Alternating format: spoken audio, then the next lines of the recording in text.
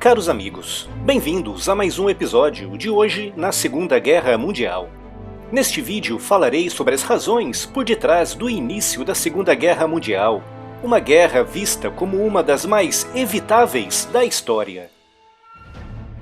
Se você ainda não está inscrito no canal, inscreva-se já. A sua inscrição e as suas curtidas nos vídeos são muito importantes para o nosso crescimento. Quando a Primeira Guerra Mundial acabou, em novembro de 1918, os vencedores jogaram para cima da Alemanha todas as culpas por aquele sangrento conflito. É verdade que no início do século XX, o Kaiser Wilhelm II tinha iniciado um amplo programa de construção militar, principalmente na sua marinha, já que ele tinha o firme objetivo de transformar a Alemanha numa grande potência colonial, tal como a França e o Reino Unido. Esse aparelhamento militar alemão, principalmente no âmbito naval, levou o Reino Unido a acelerar também as suas construções navais, o que também estimulou os franceses a fazerem o mesmo, resultando numa louca e desenfreada corrida armamentista em toda a Europa. Em 1914, o continente europeu era um autêntico barril de pólvora, e bastou uma pequena faísca numa questão regional na Sérvia para que tivesse início um conflito que rapidamente se espalhou por todo o globo. E no final, como referi, todas as culpas foram jogadas para as costas da Alemanha, que teve de arcar com pesadas indenizações financeiras, além também de ter sido obrigada a dissolver o seu exército e permitir a presença de militares estrangeiros em seu território, o que representou uma grande e terrível humilhação para os alemães. E por isso, no final dos anos 10 e no início dos anos 20, a Alemanha era um país devastado e humilhado, governado por políticos completamente vendidos aos interesses dos vencedores. O desemprego era altíssimo, a economia estava em frangalhos, com o país sendo obrigado a pagar indenizações de guerra gigantescas. E isso tudo fez crescer na população uma grande revolta e um desejo de mudança.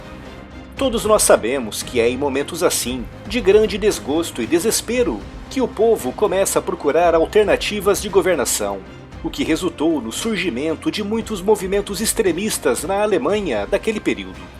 Comunistas, fascistas, anarquistas, todos eles misturados no amálgama alimentado pelo desejo de revolta e vingança. E foi nesse ambiente de total efervescência que em 1919, Anton Drexler criou o Partido dos Trabalhadores Alemães, cuja sigla em alemão era DAP. Nessa época, Adolf Hitler, desempregado e sem qualquer tipo de formação acadêmica, foi recrutado pelo exército para espionar o DAP, mas rapidamente se identificou com as ideias anticomunistas, antissemitas e pan-germânicas de Drexler.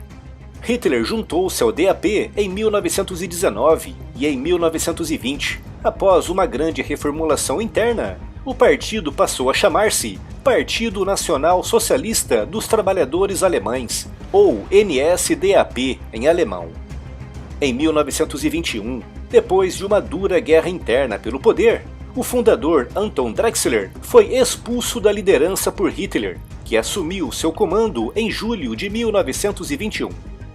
Nos anos 20, a crise econômica e social na Alemanha aprofundou-se ainda mais, atraindo cada vez mais apoiantes à proposta extremista de Hitler.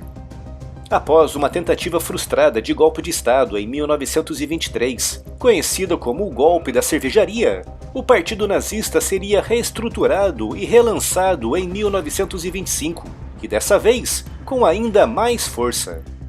Nessa época, toda a região industrial do Ruhr, a mais importante da Alemanha em termos econômicos, tinha sido ocupada por tropas francesas por conta de uma interrupção do pagamento das indenizações por parte do governo alemão, que alegava completa falência. Isso aumentou ainda mais a ira e a revolta do povo alemão, que via na chamada República de Weimar um governo fantoche nas mãos das potências vencedoras. E por isso procuravam em partidos extremistas como o de Hitler uma solução para os seus problemas. Na segunda metade da década de 20, o Partido Nazista, prometendo a solução para todos os problemas alemães, cresceu de forma exponencial. Nessa época, para cimentar ainda mais o seu poder, Hitler atacava fisicamente os seus adversários políticos através das SA, o braço armado do partido, cuja missão, além de proteger os líderes nazistas, era também de perseguir e atacar outros movimentos políticos alemães, principalmente os comunistas. E foi assim que no início dos anos 30 só restava praticamente o Partido Nazista como uma alternativa extremista para a República de Weimar. O Partido Comunista ainda existia, mas graças à atuação violenta das SA, vinha perdendo partidários de dia para dia. E nas eleições alemãs para o Reichstag de julho de 1932, o Partido Nazista alcançou o maior número de assentos, transformando-se no partido com a maior representatividade no Congresso, o que levaria Hitler a ser indicado para o cargo de chanceler em janeiro de 1933, uma espécie de primeiro-ministro, hierarquicamente abaixo do presidente, cujo cargo nessa época era exercida por Paul von Hindenburg, um herói alemão da Primeira Guerra Mundial. Mas quando Hindenburg morreu em agosto de 1934, Hitler assumiu para si próprio o cargo de presidente, criando a figura de Führer, ou líder em alemão, consolidando assim a ditadura nazista naquele país. Sem as amarras de um presidente que ele via como reacionário e com todos os partidos políticos alemães abolidos, Hitler tinha a carta branca para colocar em prática todos os seus planos. O Tratado de Versalhes, que mantinha a Alemanha subjugada pelos vencedores, começou a ser rasgado aos poucos. Primeiro, a Alemanha remilitarizou a Renânia em março de 1936, uma região na fronteira franco-germana que, pelo tratado, deveria permanecer desmilitarizada. Depois, Hitler começou a rearmar o país, primeiro ultrapassando a cota de 100 mil militares, como estava estipulado no tratado, e depois começando a construir aviões, submarinos, veículos e blindados, mas sempre de forma muito discreta para não atrair a ira das outras potências. Em 1938, 4 anos após assumir a ditadura na Alemanha, Hitler já tinha à sua disposição um exército bastante amplo e moderno, com muitas armas sendo testadas na Guerra Civil Espanhola, principalmente os seus novos caças e bombardeiros.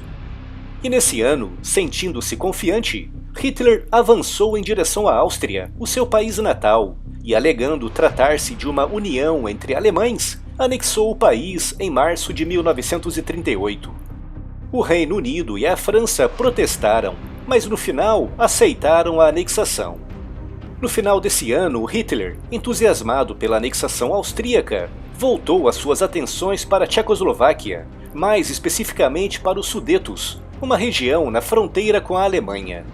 Nessa região viviam muitos alemães, e Hitler, alegando o desejo de trazer para a Alemanha todos os alemães que viviam nos países vizinhos, pressionou a Tchecoslováquia, chegando mesmo a ameaçá-la com a guerra.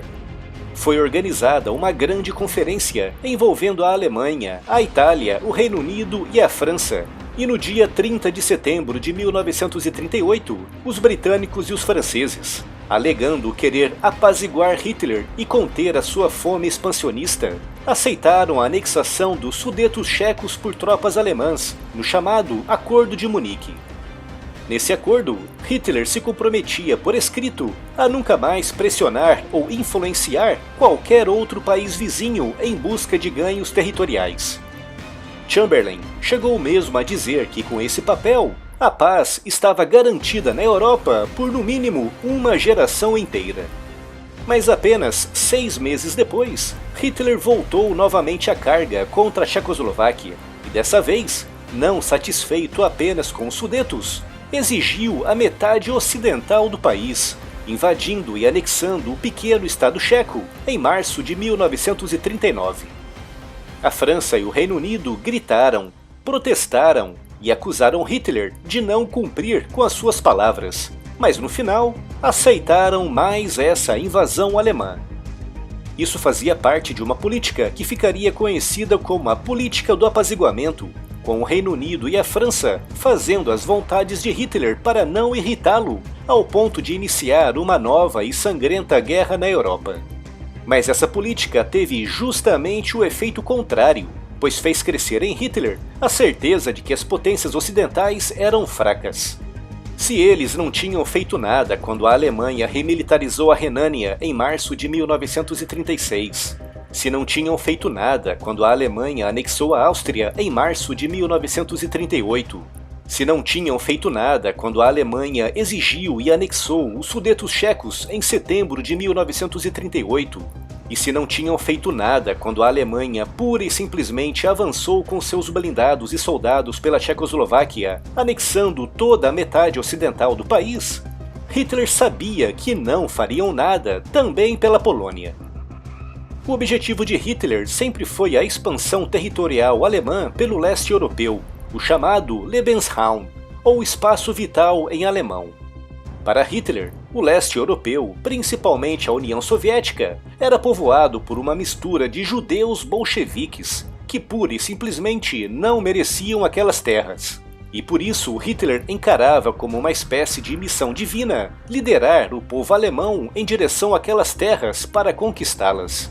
Mas para chegar lá, Hitler precisava passar pela Polônia, um estado que, apesar de contar com mais de 900 anos de história, era visto pelos alemães como uma espécie de filho bastardo do Tratado de Versalhes. 150 anos antes da Primeira Guerra Mundial, a Polônia tinha sido atacada e desmembrada pelos seus vizinhos, o que incluía a Prússia, que no século XIX se transformaria na Alemanha. Mas depois do fim da Primeira Guerra Mundial, as potências vencedoras ressuscitaram o Estado polonês, que, como referi, tinha existido como um Estado autônomo por muitos e muitos séculos. Mas os alemães, ignorando esse fato histórico básico, encaravam a Polônia como uma criação artificial do Tratado de Versalhes. E além disso, o território polonês dividia em dois o território alemão, isolando a Prússia Oriental do resto do país, algo que só servia para aumentar ainda mais a ira alemã contra a Polônia. Essa divisão ocorria à volta da cidade de Danzig, criando uma espécie de corredor que dava à Polônia acesso ao Mar Báltico. E Hitler, alegando querer de volta Danzig e uma ligação direta com a Prússia Oriental, começou a pressionar a Polônia em 1939, exigindo a devolução desse território. A Polônia, como é óbvio, não aceitou as ameaças alemãs, apressando-se em fazer acordos militares de ajuda mútua com o Reino Unido e a França, numa tentativa de persuadir a Alemanha a não atacar. Mas Hitler, que sabia que o Reino Unido e a França tinham um acordo parecido com a Tchecoslováquia e que mesmo assim não foram para a guerra em março de 1939, sabia que também não iriam para a guerra por causa da Polônia, e isso fez crescer em Hitler uma grande dose de confiança, levando-o a fazer ameaças cada vez mais violentas. O Reino Unido e a França tentaram fazer um acordo com Stalin, pois assim, se a Alemanha atacasse a Polônia, os três poderiam contra-atacar a Alemanha a partir de duas frentes diferentes. Mas os soviéticos e os poloneses não se acertavam com relação aos detalhes desse acordo, e Hitler, aproveitando-se desse impasse, adiantou-se e fez ele próprio um acordo com os soviéticos. Hitler, que tinha jurado destruir o bolchevismo soviético, tinha feito um acordo militar com Stalin, garantindo à União Soviética a metade oriental da Polônia, desde que os soviéticos não atacassem as tropas alemãs. Stalin rapidamente aceitou a proposta e no final de agosto de 1939, Hitler, confiando em que os britânicos e os franceses fariam com a Polônia o que tinham feito com a Renânia, com a Áustria e com a Tchecoslováquia, deu a ordem final para a invasão da Polônia, que começaria efetivamente no dia 1º de setembro de 1939. Os britânicos e os franceses, cansados e completamente fartos das mentiras e artimanhas de Hitler, deram um ultimato nesse mesmo dia, dando à Alemanha 48 horas para sair do território polonês. Mas no dia 3 de setembro de 1939, com os alemães ignorando o ultimato, o Reino Unido e a França declararam guerra à Alemanha, dando assim início a uma guerra estupidamente devastadora e que arrasaria com grande parte do mundo nos 6 anos seguintes. Se as potências vencedoras não tivessem jogado todas as culpas sobre a Alemanha em 1918, cobrando daquele país pesadas indenizações, gerando raiva, rancor e um firme desejo de vingança por parte daquele povo, movimentos extremistas como o de Hitler não teriam surgido. E mesmo se tivessem surgido, se os aliados tivessem agido de forma firme na Renânia, ou na Áustria, ou na Tchecoslováquia, imaginem só quanta dor e sofrimento não teria sido evitado. A maior e mais calamitosa guerra de toda a história da humanidade, e ao mesmo tempo, uma das mais evitáveis de todas.